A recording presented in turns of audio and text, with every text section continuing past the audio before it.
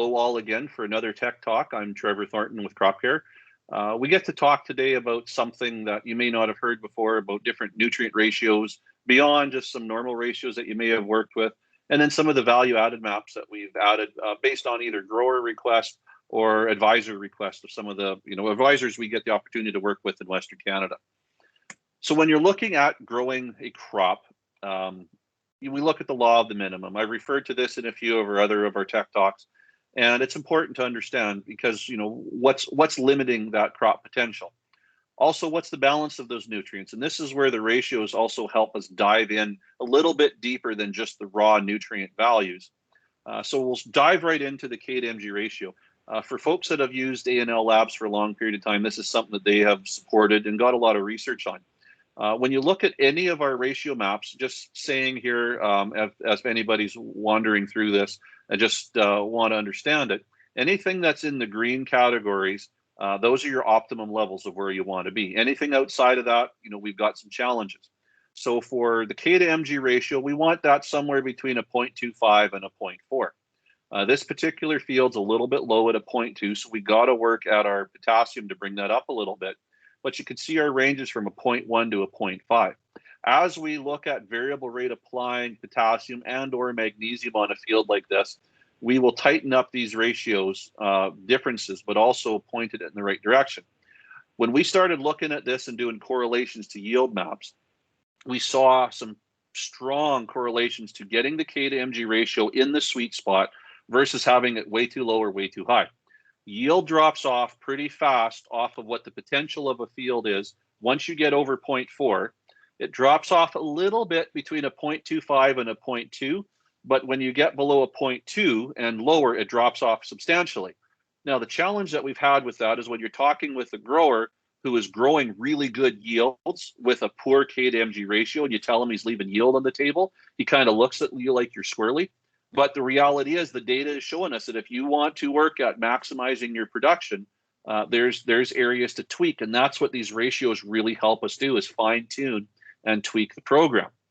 The second map we're going to look at is the calcium to mag ratio.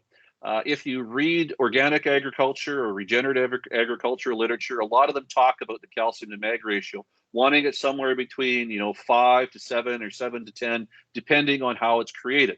For our maps, we're looking somewhere between 7 and 10, and this particular field is at 5.5. So this map here is telling us, hey, we got to work at calcium to bring it up to the magnesium. The challenge that I have, and I don't get caught up on the calcium to mag ratio, but it is one to look at and consider, is I have not seen a tremendous amount of yield correlations to this being optimum. We have had amazing yields where our cal to mag ratio is either too low, or in a few instances too high. We have had poor yields where this is dialed in just perfect. So I refer to it loosely when we're dealing with a grower and tell them not to get caught up on it. It's certainly not something we do to make nutrient decisions in growing a crop, but it's another layer to help dial it in. Potassium to boron, however, this one is very important, and what we've seen probably second most important to the K to MG ratio. We want this number right around the 200, give or take a little bit. So this particular field's at 330. This field needs some boron. Depending how high it goes, we have fields that are 2,000 to 1 potassium to boron. So meaning they've got gobs of potassium in the background and no boron to get it into that plant. Why is that important? Well, we'll show you on the next slide. But we also have used this ratio and the soil part per million levels in order to build variable rate boron maps. This helps us decide if the field needs boron no matter what crop we're growing or just certain crops. So at a 300, we're pretty close here. We would strongly suggest to this grower, you don't need to be putting boron on every crop you grow, but more of your sensitive crops like maybe canola, you should consider getting some down. And why that boron is important, and you've seen this in our other Tech Talks, and we keep referring back to it on how a plant grows and how biochemically it starts. We need boron to activate the silica, which binds to the calcium, which gets our nitrogen converted to amino acids, et cetera, down to our potassium. So if I don't have boron to start this whole process, there's no way I'm getting potassium into that plant. If I've got really high potassium levels and lower boron levels, I'm beat before I start it. And when I have growers tell me, oh, I've tried that potassium crop and it doesn't work, and we start diving in, that ratio really helps bring that story home to that grower and say, well, I see why. If you spend, whatever it might be, 2 to 3 liters of acre of a boron product, depending on what it is, that might drastically change the production in that field that grower's looking at. Phosphorus to zinc is another ratio we look at because they're strongly related. Optimum wise, we want it 12 to 18. This particular field is an average of 11. So we're pretty close to the sweet spot. If you're managing your phosphorus and go aggressive on that, make sure you take your zinc with you in a situation like this. Another map in this field, we're looking at our calcium to phosphorus. We're wanting it somewhere between 35 and 70, and that depends on the soil texture background. So the lighter textured fields, we want it on the lower side. The heavier textured fields, we want it on the higher side.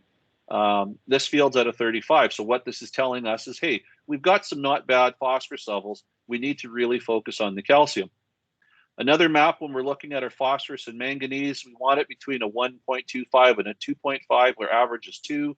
And we're right in the sweet spot. A few areas are higher.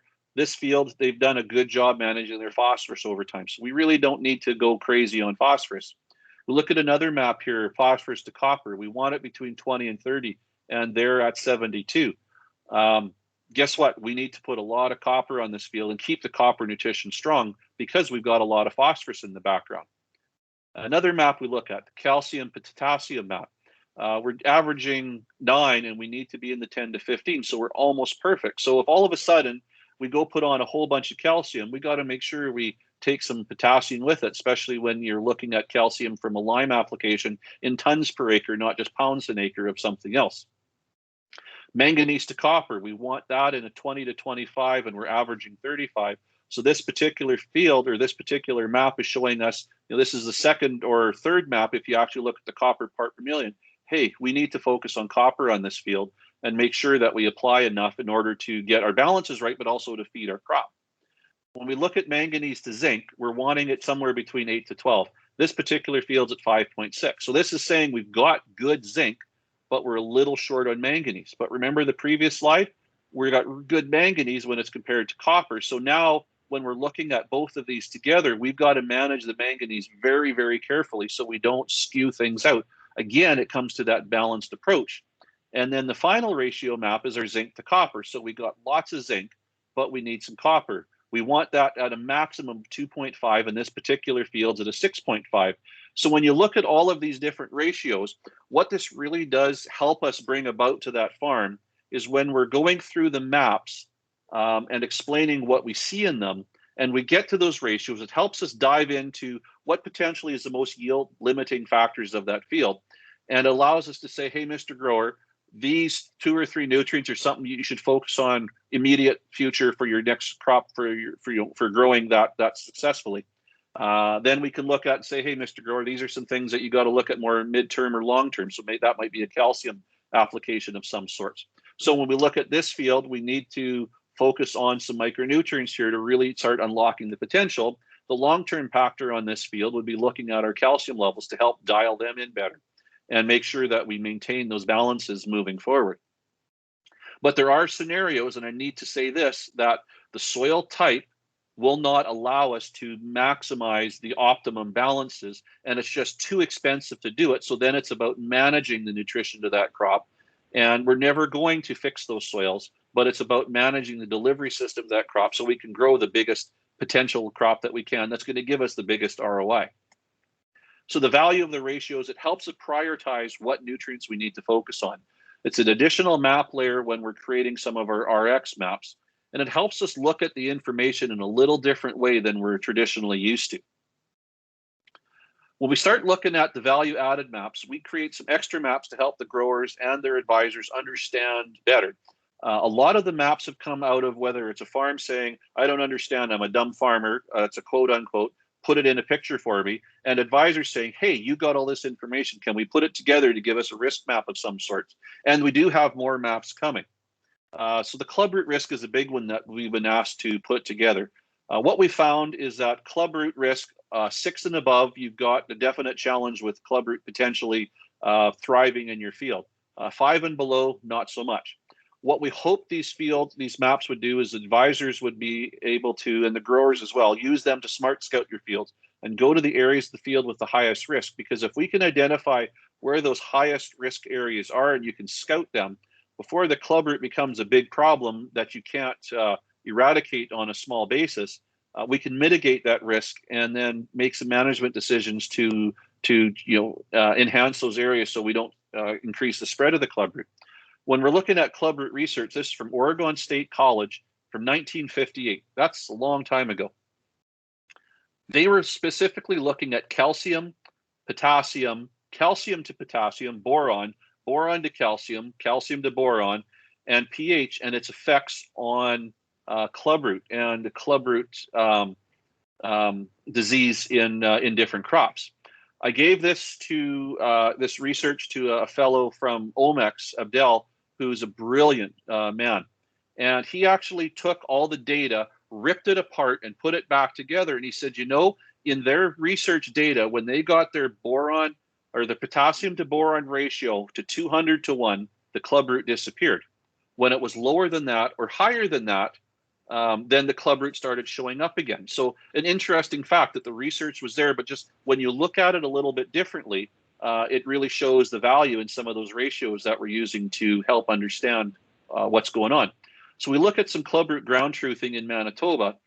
We've got a spot where we got a pH of 6 that had a club root risk of 4.3 and a pH of 5.4, and we have a club root risk of 6.5. This was where club root was in that field, and it was in a small area. So our algorithm for figuring out that is pretty tight. Looking at a Munster club root field is what the advisor called it in Alberta. When we look at the specs in that field and put it against the algorithm, we're at a 9.5 rating out of 10. So basically, this is one of the ground zero fields. Desperately need to look at some boron, some calcium, and some other things in order to be able to grow canola in these fields again.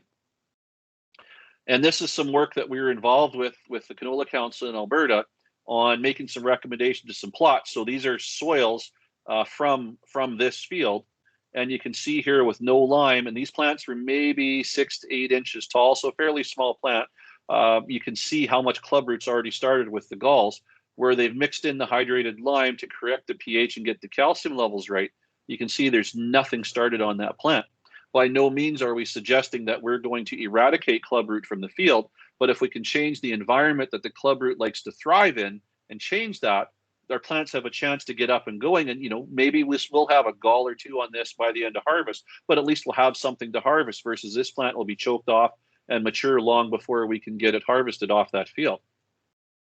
And then can we change that club root risk? Well, this is a field we're working with, a bit of a research field in Alberta.